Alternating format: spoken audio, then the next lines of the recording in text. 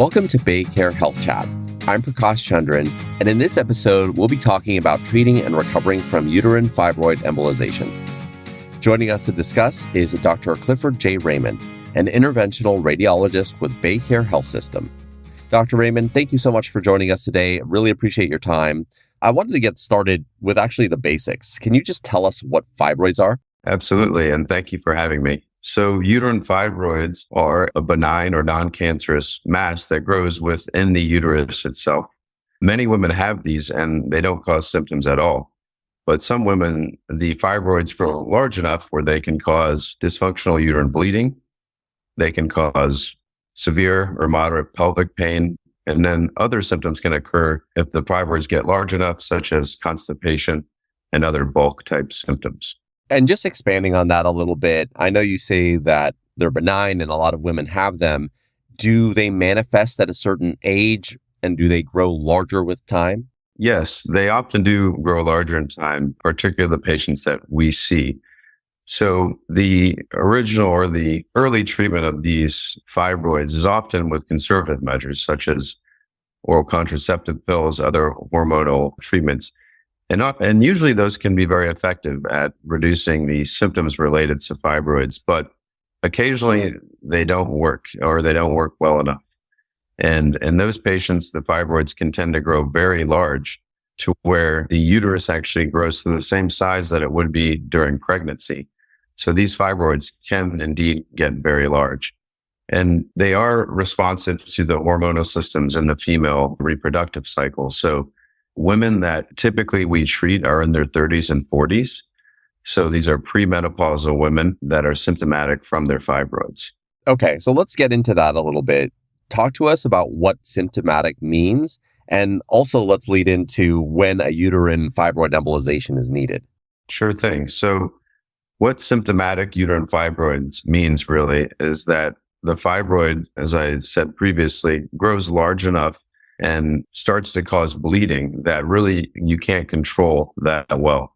Women will often complain of vaginal spotting throughout their menstrual cycle. They'll complain of a prolonged menstrual cycle. And when they were younger in their 20s, it would be 3 to 5 days. But now they're in their 30s and 40s and their menstrual cycle is lasting 2 weeks. They're having to go through several tampons or pads a day.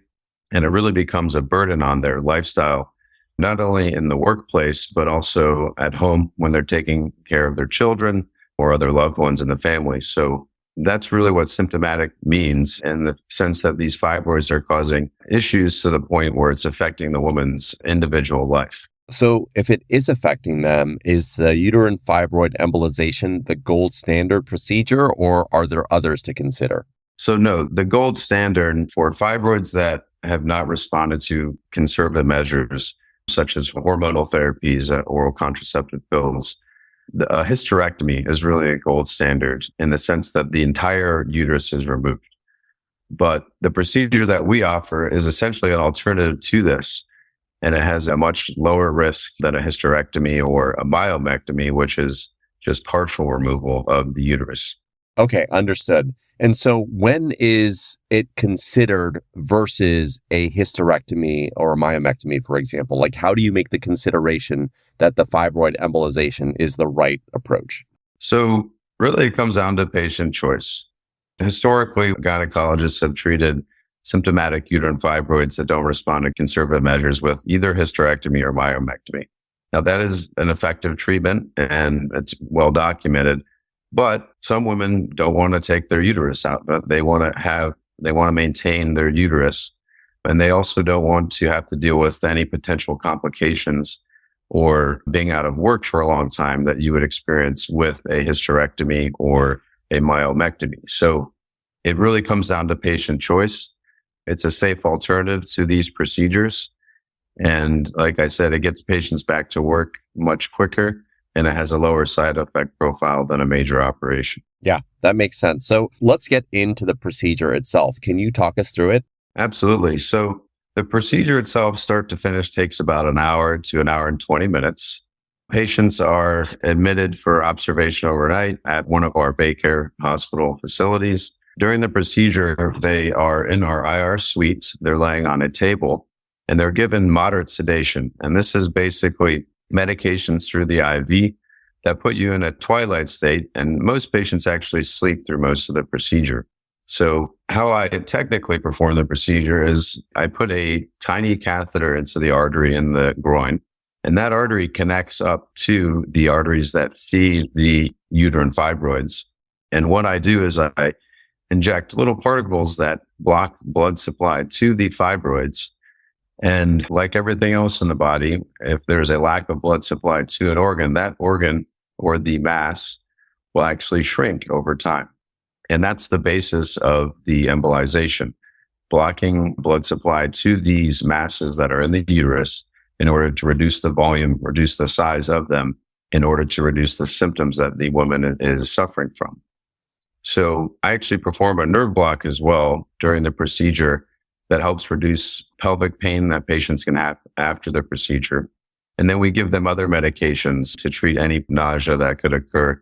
They will stay overnight in one of our facilities, and the majority of women leave the next morning and are able to go home. They'll take another additional 1 to 2 days off of work and then can get back to light activity thereafter.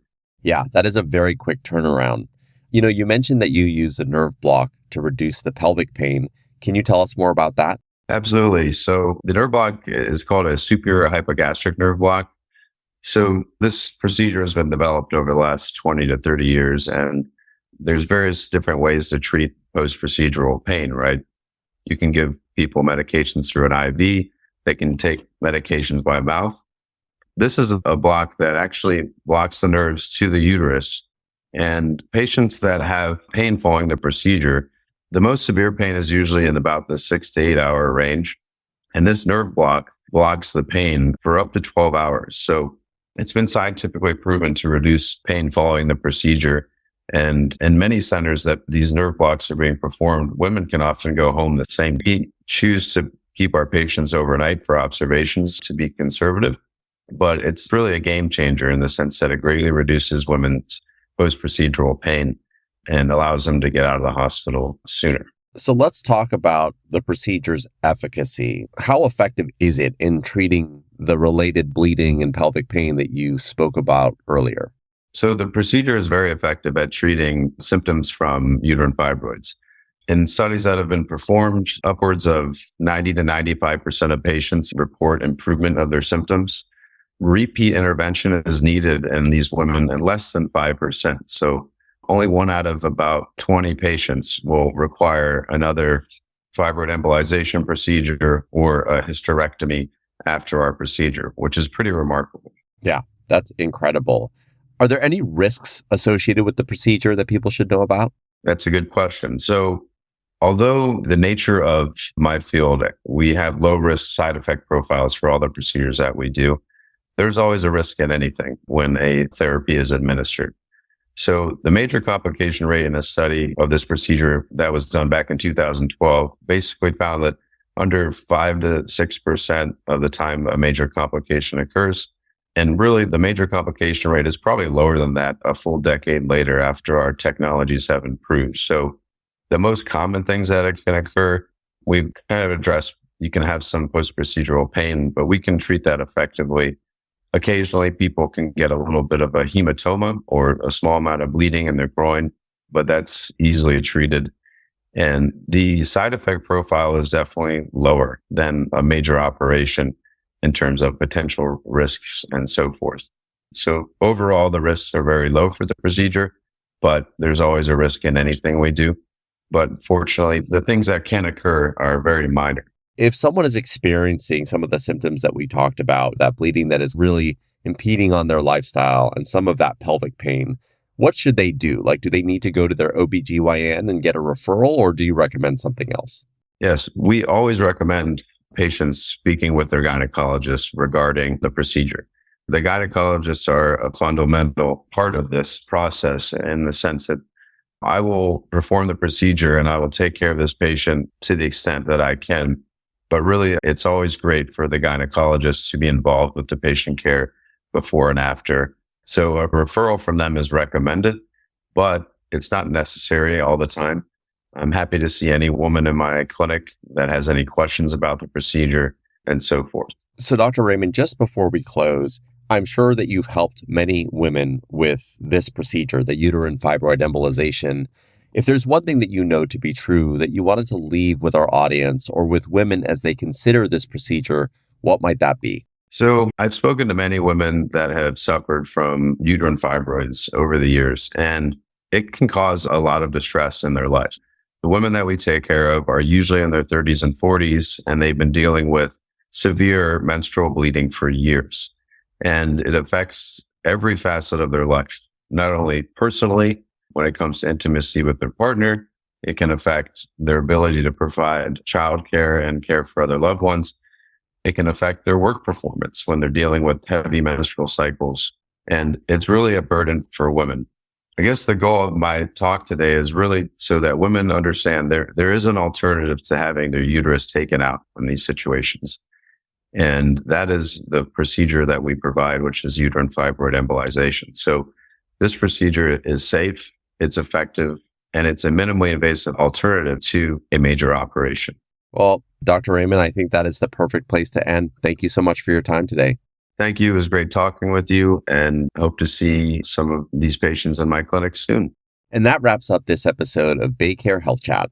Head on over to our website at baycare.org for more information. Please remember to subscribe, rate, and review this podcast and all of the other BayCare podcasts. For more health tips and updates, follow us on your social channels. My name is Prakash Chandran. Thank you for listening. Stay well.